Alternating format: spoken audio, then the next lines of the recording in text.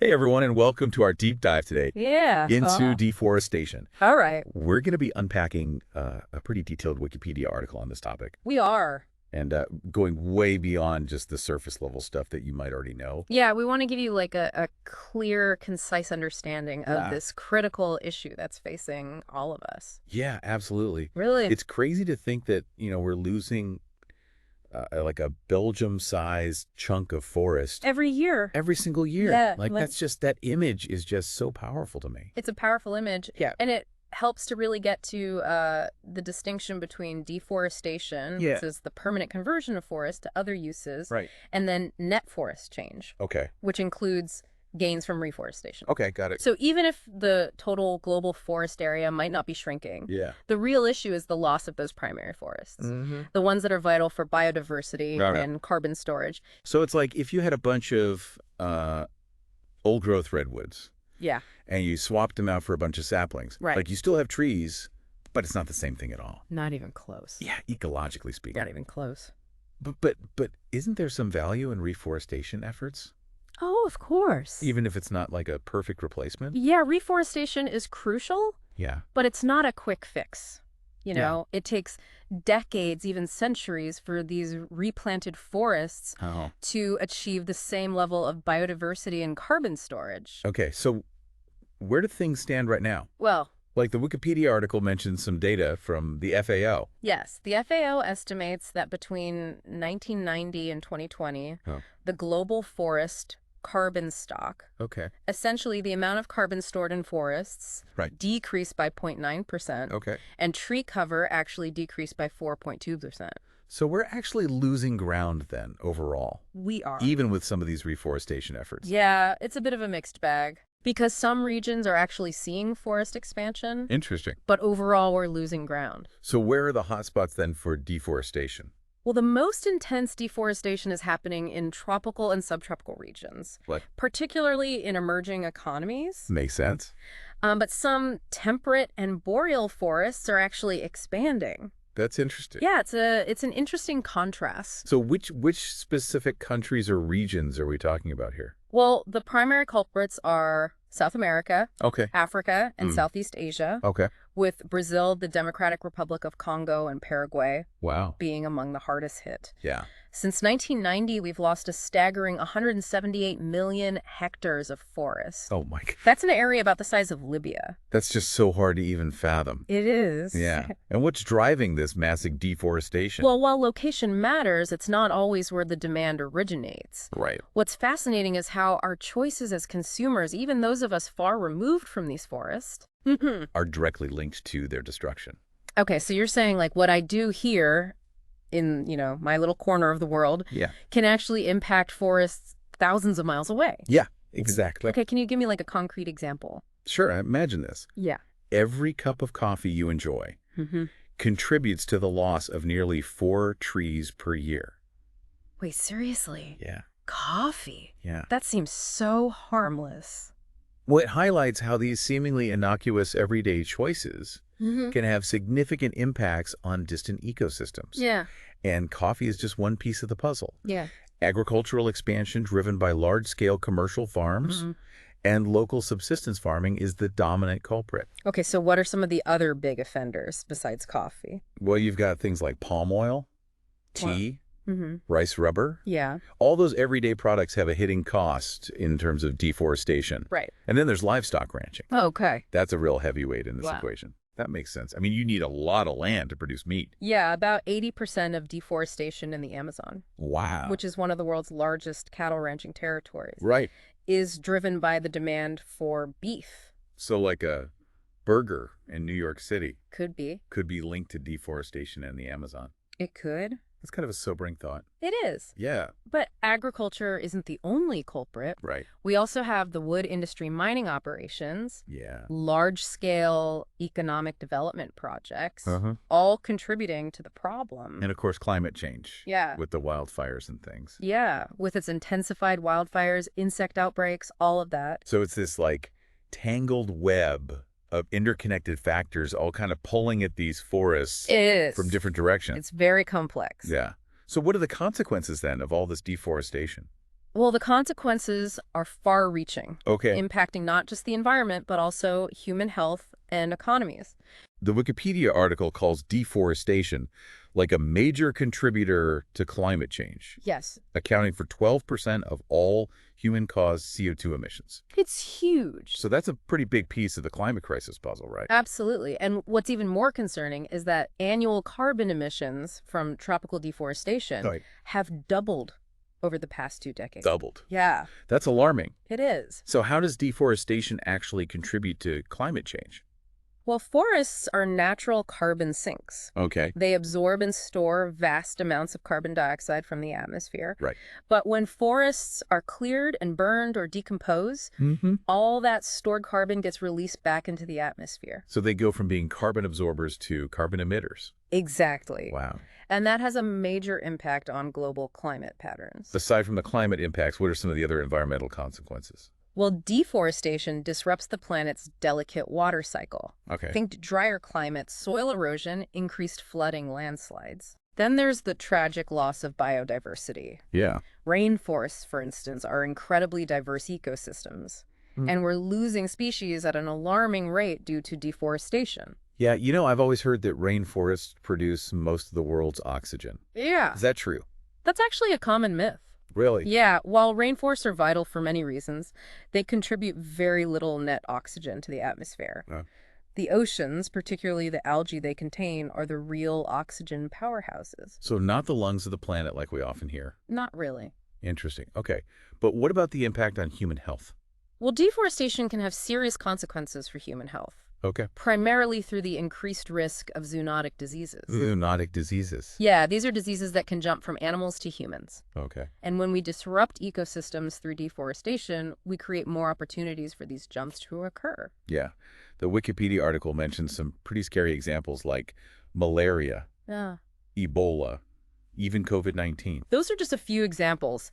Healthy ecosystems play a vital role in regulating diseases. Yeah. But when we disrupt these ecosystems, we increase the risk of pathogens making the leap from animals to humans.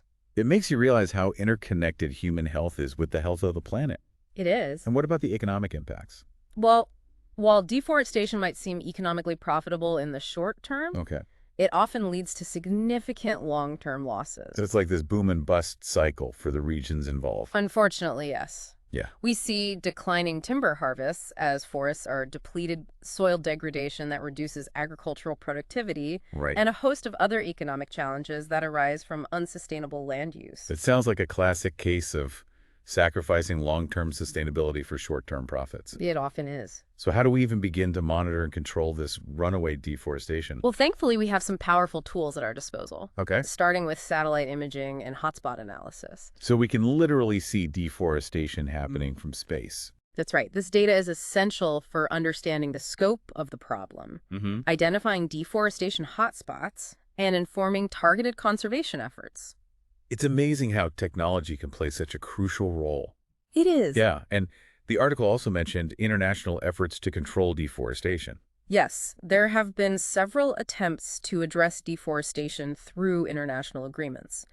One notable example is the New York Declaration on Forests, launched in 2014. What was the goal of that? Well, it was a voluntary pledge by numerous countries to have deforestation by 2020 Okay. and end it entirely by 2030. And did that work out?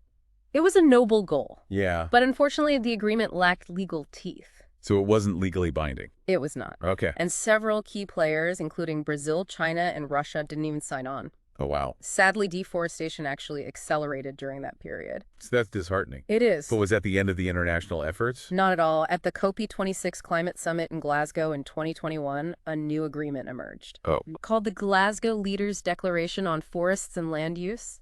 So kind of a renewed push for action. Exactly. This time, 141 countries signed on, Wow. including Brazil and many others who were absent from the 2014 agreement. That's great. The declaration, again, pledged to end and reverse deforestation by 2030. Okay, so there's some hope on the horizon. There is. But you said the New York Declaration lacked legal backing. Is this one any different? Unfortunately, no. Okay. While the Glasgow Declaration is a positive step, it remains a voluntary commitment, Right. so its effectiveness is yet to be determined. Fingers crossed they can make it happen this time. We'll see. Yeah. Besides these big international agreements, what other control measures are on the table? Well, one strategy that's gaining traction is empowering indigenous communities by granting them land rights. Okay. This is proven to be a cost-effective way to conserve forests. Why is that? Well, indigenous communities often have a deep, generations-long understanding of their local ecosystems and are incredibly effective stewards of their forests. It makes sense to involve the people who know the land best.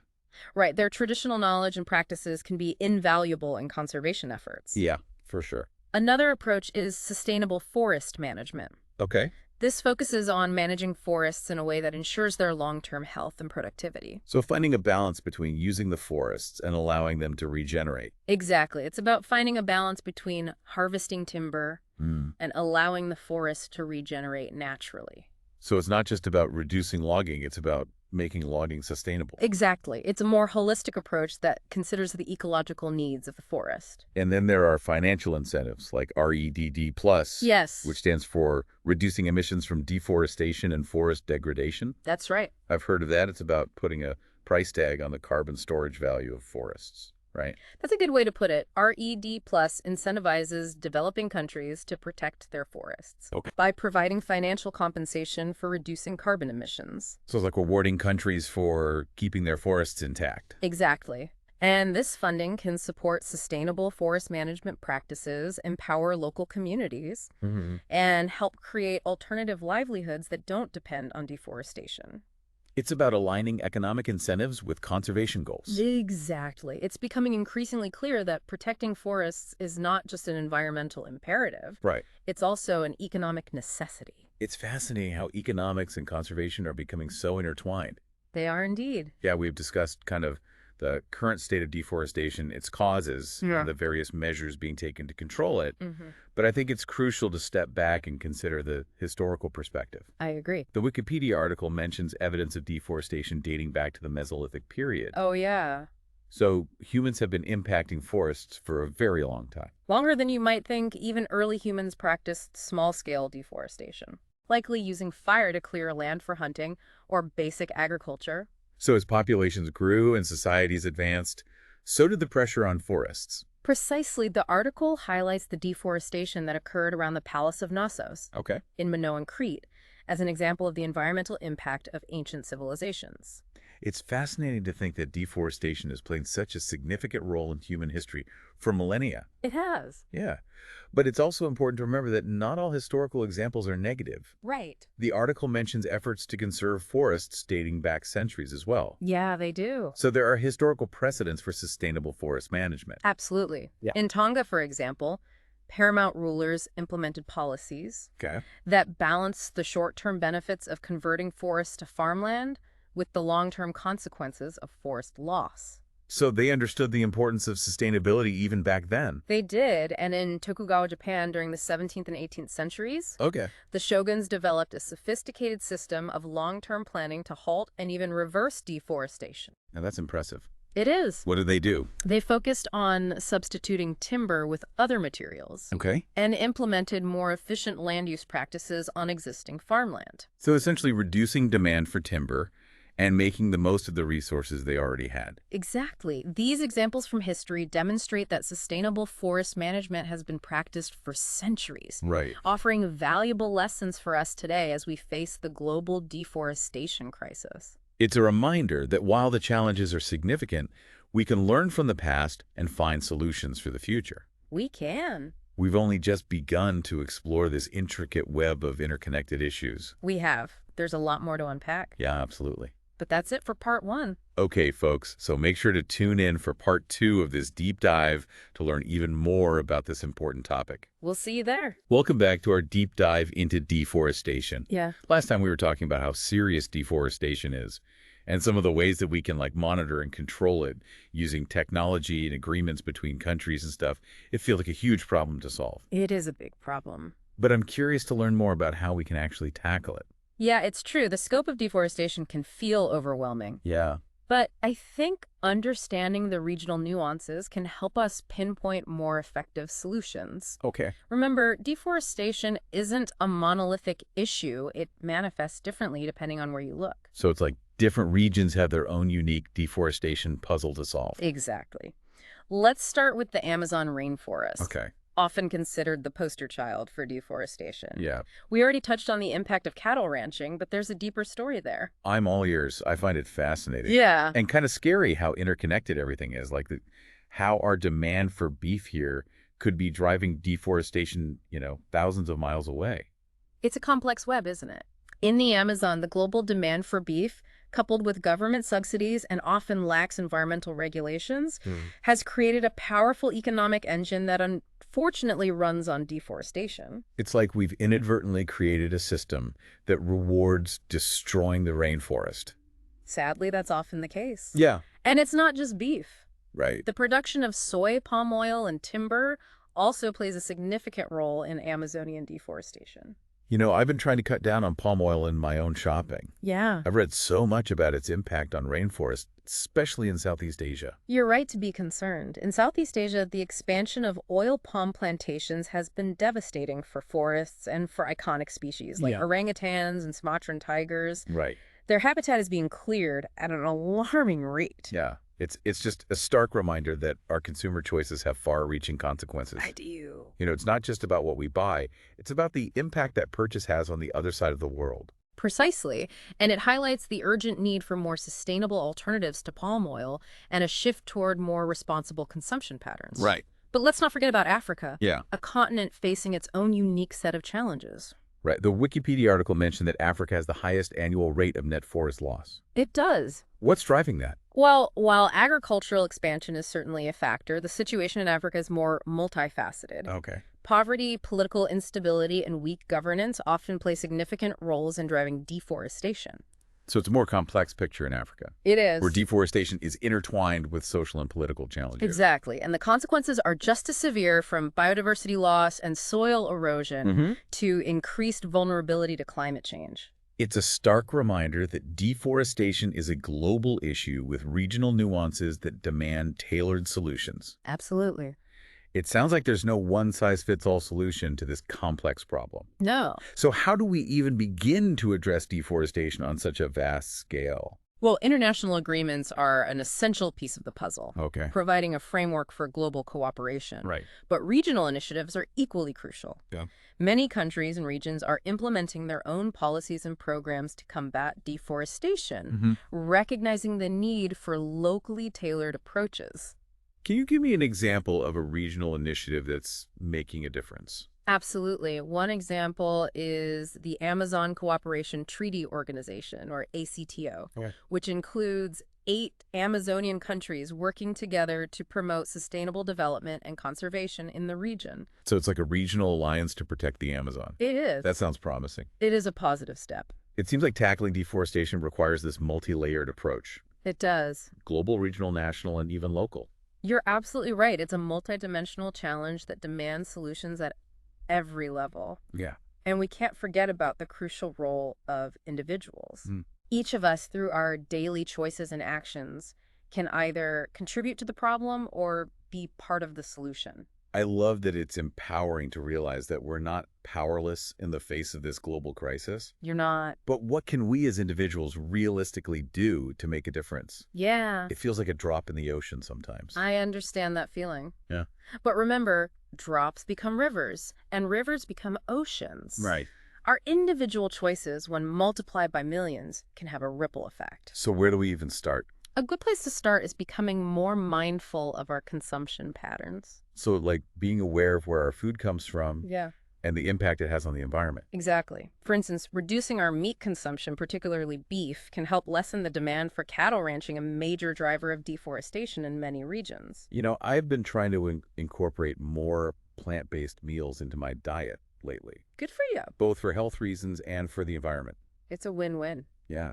It's amazing how even small changes to our diet can make a difference. It's true, and it's not just about meat. Right. We can also choose products that are certified sustainable, like coffee palm oil or timber. Supporting companies that prioritize responsible sourcing sends a powerful message to the market. Yeah, I've definitely become more aware of those eco-labels when I'm shopping. Good.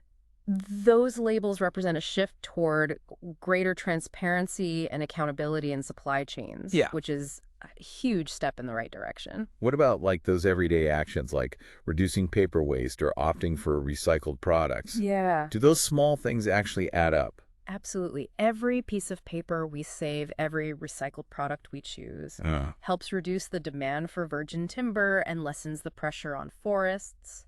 It all contributes to a more circular economy that values resources and minimizes waste. It's good to hear that even those small everyday actions can collectively make a difference. They can. But, individual actions can only go so far, right? They can. What about the role of governments and businesses in addressing deforestation? You're right. Systemic change is crucial.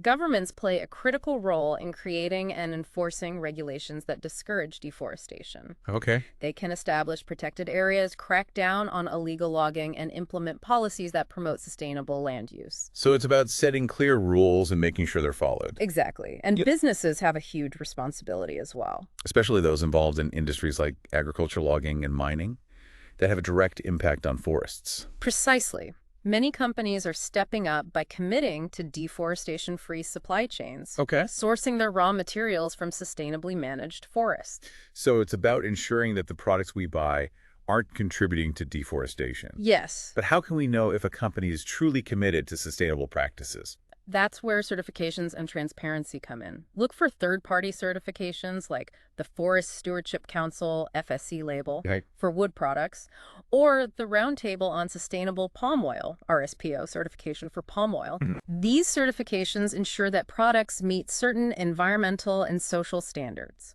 So it's about doing our homework as consumers. It is. And choosing brands that are walking the walk when it comes to sustainability. Exactly. Informed consumer choices can drive market demand for sustainable products, pushing more companies to adopt responsible practices. It's fascinating how consumer power can influence corporate behavior. It's a powerful force for change, and let's not forget about the role of technology and innovation in tackling deforestation. Okay.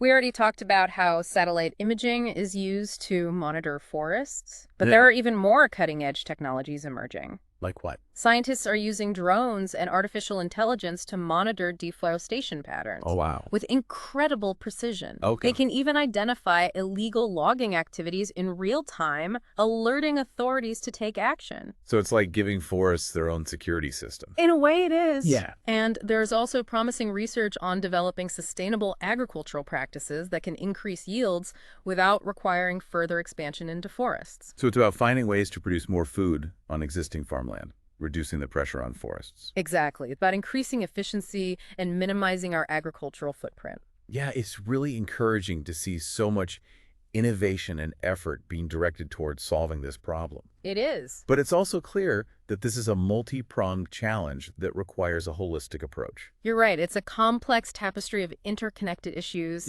environmental, social, economic, and political. Yeah, for sure. And there's no magic bullet. So where do we go from here? What's the next step in our deep dive into deforestation? Well, we've talked about the role of governments, businesses, and individuals. Yeah. But there's one crucial piece of the puzzle we haven't explored yet: the power of finance. I'm intrigued. What does finance have to do with deforestation? Everything. In our final part, we'll dive into the financial flows that are driving deforestation and explore how green finance can support the solutions we've been discussing. It's time to follow the money and see how we can redirect those investments towards a more sustainable future. All right, welcome back, everyone, to the final part of our deforestation deep dive. We've learned so much already about the causes of deforestation, the devastating impacts it's having, and also some hopeful solutions that are emerging. It's been a wild ride for me. It has been. I feel like it's really opened my eyes to how everything's connected, It's true. Deforestation is a complex web with threads that stretch across continents and impact us all. But in this final part, I want to focus on a thread that's often hidden in the shadows: finance.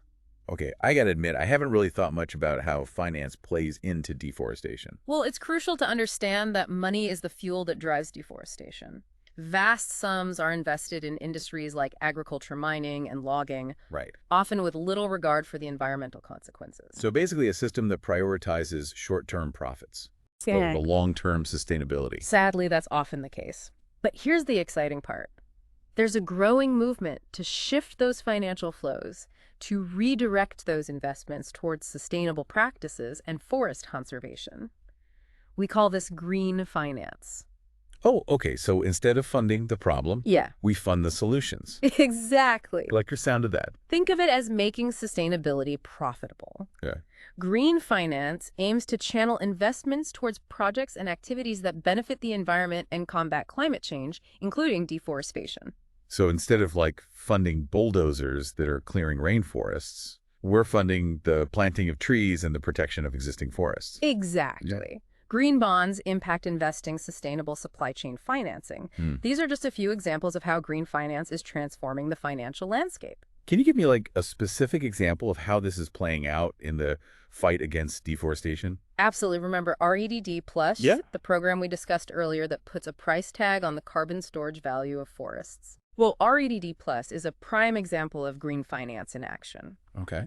It incentivizes developing countries to protect their forests by providing financial compensation for reducing carbon emissions. Yeah, it's like rewarding countries for keeping their forests intact. Precisely. And this funding can be used to support sustainable forest management practices, Okay.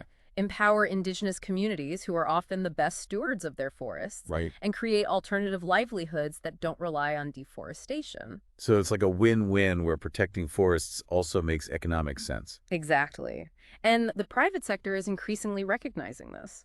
Yeah, I've definitely noticed more and more companies talking about sustainability and responsible sourcing. They are. But is this just a trend, or are businesses really changing their practices? It's more than just a trend. Consumers are demanding sustainably sourced products. Okay. And businesses are realizing that sustainability isn't just good for the planet, Right. it's good for their bottom line. So it's kind of a combination of consumer pressure and a genuine understanding that these sustainable practices are good for business in the long run. Exactly. But even with this shift towards sustainable finance, are there still challenges? There are.